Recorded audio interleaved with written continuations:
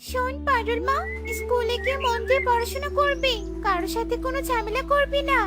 আচ্ছা ঠিক আছে মা।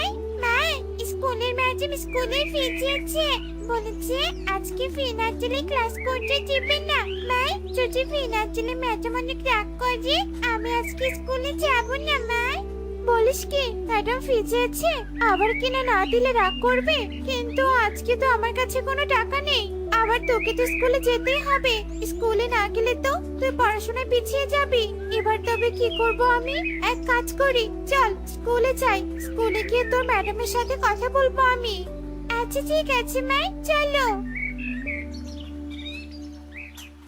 বিউটি, তুই তোর মেয়ের স্কুলের বেতন নিয়ে এসেছিস? মানে আসলে না দিদি, আমার কাছে কোনো টাকা নেই, তাই বেতন আনিনি। বেতন আনিসনি তাহলে তোর মেয়েকে আমি পড়াতে পারবো না। যতদিন বেতন দিবি না ততদিন তোর মেয়েকে স্কুলে পাঠানোর দরকার নেই। যা, তোর মেয়েকে নিয়ে চলে যা। দিদি এমন করে বলো না, তুমি আমাকে 2 দিন সময় দাও, আমি স্কুলের বেতন দিয়ে দিব, তবু আমার মেয়েটাকে স্কুলে ক্লাস করতে দাও। দিদি তোমার কাছে আমি হাত জোড় করছি।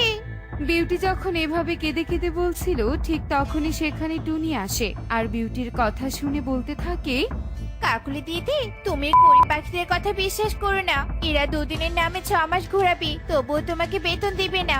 তাই বলি কি, এর মেয়েকে স্কুল থেকে বের করে দাও।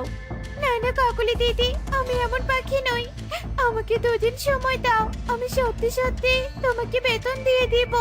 দয়া করো কাকুলি দিদি, দয়া করো। যত সব গরিব পাখিরা কিছু হলেই শুধু চোখের পানি ফেলে, এজন্য গরিবদের আমার পছন্দ নয়। যা, দিলাম তোকে 2 দিন সময়, 2 দিনের মধ্যে স্কুলের বেতন না দিতে পারলে তোর মেয়েকে ঘাড় ধাক্কা দিয়ে স্কুল থেকে বের করে দিব, এই বলে দিলাম। গরিবদের শুধু বাহানা। কাকুলি দিদি 2 দিন সময় দিয়েছে, এই 2 দিনের মধ্যে আমাকে টাকা জোগাড় করতেই হবে। আমি আজ বনের গভীরে যাব কাঠ কাটতে। आज मैं ऊपर आसमां नीचे, आज मैं आगे जमाना है पीछे, ला ला ला ला ला ला, आज मैं ऊपर ला ला ला ला ला ला।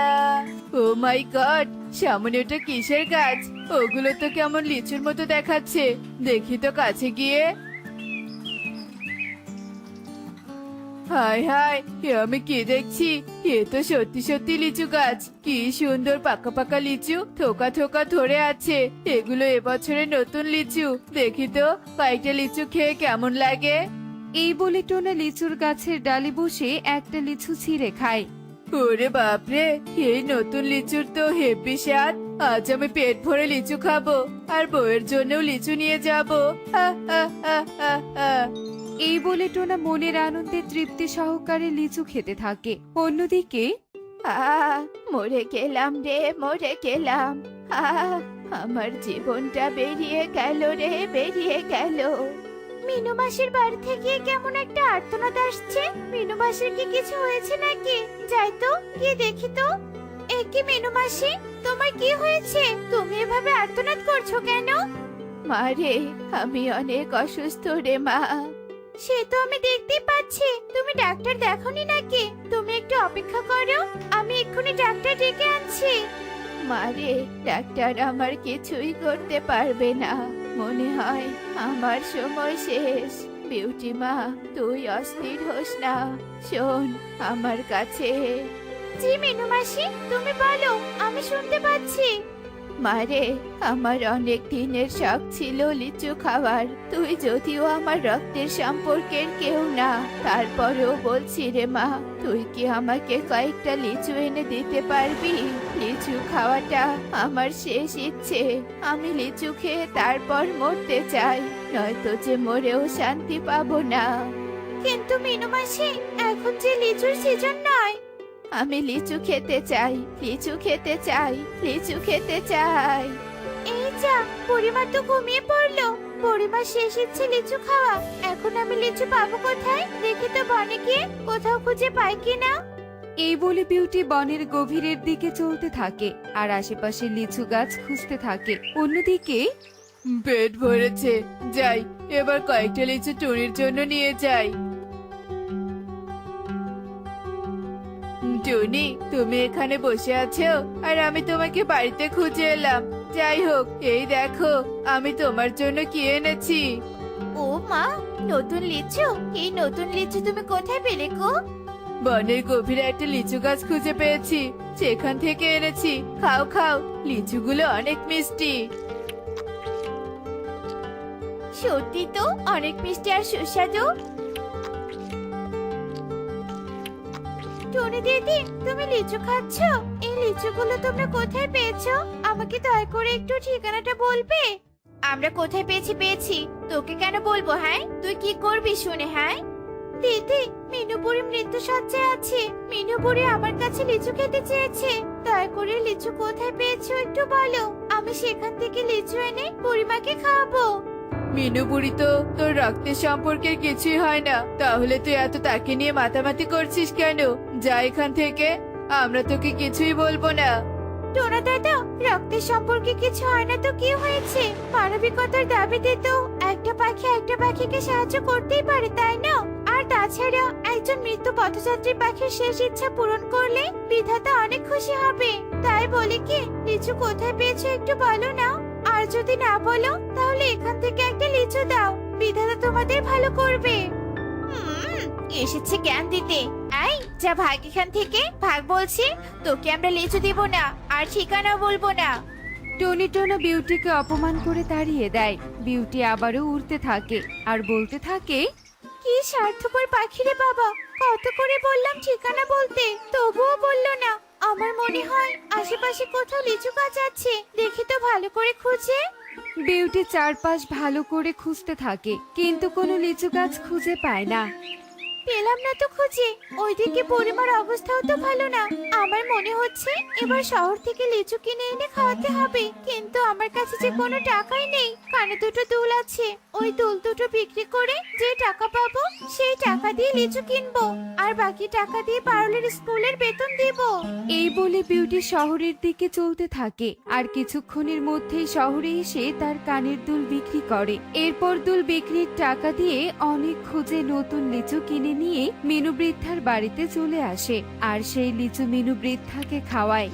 লিচুগুলো অনেক সুস্বাদু ছিল রে মা। তুই আমার আপনজন না হয়েও আমার শেষ ইচ্ছে পূরণ করলি। আমি তোকে আশীর্বাদ করি, বিধাতা তোর ভালো করুক।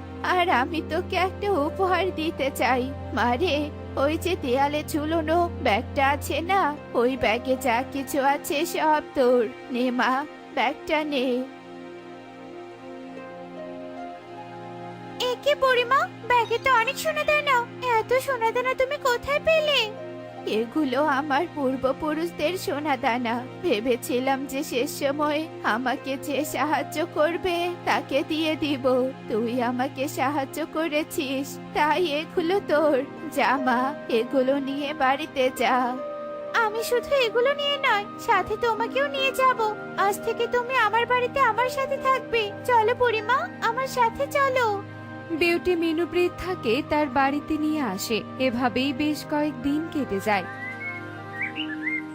টোনা, আমি বলি কি শোনো, আমরা লিচু গাছে লিচু না খেয়ে চলো লিচু গাছের সব লিচু পেরে নিয়ে এসে বনে বিক্রি করি। জানো, বনে নতুন লিচুর দাম অনেক। বেশি দামে লিচু বিক্রি করলে আমরা অনেক ধনী হয়ে যাব। ঠিকই বলেছো, চলো চলো, এক্ষুনি গিয়ে সব লিচু পেরে নিয়ে আসবো। টোনাটুনি তাদের কথা মতো লিচু গাছের কাছে আসে আর লিচু পাড়তে থাকে। অন্যদিকে তুমি যে কিছুতে নাকি বনের গভীরে একটা লিচু গাছ রোপণ করে এসেছো, সেই গাছে কি লিচু ধরেছে? মারে, আমি তো কাজের চাপে ওইদিকে যাওয়ার সময় পাই না। মনে হয় লিচু ধরেছে। চলো না মা, একটু গিয়ে দেখে আসি লিচু ধরেছে কিনা। ঠিক আছে, চল। এই তোরা কে রে? আমার গাছের লিচু ছিঁড়ছিস? তোদের সাহস তো কম নয়। কে তুমি? আর এই লিচু গাছকে তোমার লিচু গাছ বলছো কেন? হ্যাঁ, এটা তো আমাদের লিচু গাছ। আমি হলাম ডাইনি। এই লিচু গাছ আমার। আমি আমার মেয়ের জন্যই লিচু গাছ রোপণ করেছি। তুমি ডাইনির জন্য ভেবেছো আমরা তোমাকে ভয় পাবো আর এই গাছে লিচু রেখে চলে যাব? কখনোই না। এই গাছ আমাদের, ভালো ভালো বলছি, এখান থেকে চলে যাও, নয়তো তান্ত্রিককে ডেকে এমন শাস্তি দিব না সারা জীবন মনে রাখবে। ওরে বদমাইশের দল, একে আমার গাছকে নিজেদের কাছ দাবি করছিস, তার উপর আবার আমাকে হুমকিও দিচ্ছিস। দাঁড়া, তোদের দেখাচ্ছি মজা। ডাইনি এই বলে জাদু করে টোনাটুনিকে দুটো গাছ বানিয়ে দেয়। হায় হায় রে ডাইনি দিদি, এ কি বানালে আমাদের। আমরা ভুল করেছি দিদি, আমাদেরকে ক্ষমা করে দাও।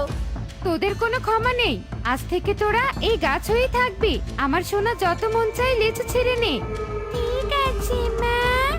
এই বলে ডাইনির মেয়ে অনেকগুলো লিচু ছিঁড়ে নেয়, আর ওরা মা মেয়ে ওখান থেকে চলে যায়। টোনাটুনি গাছ হয়ে শাস্তি ভোগ করতে থাকে। অন্যদিকে বিউটি মিনু বৃদ্ধা আর তার মেয়েকে নিয়ে বেশ সুখে দিন কাটাতে থাকে। এমনই সব মজার মজার শিক্ষণীয় টুনি পাখির গল্প দেখতে আমাদের সাথেই থেকো। আর গল্পটি কেমন হয়েছে তা কমেন্টে জানাতে ভুলো না কিন্তু। Bye bye.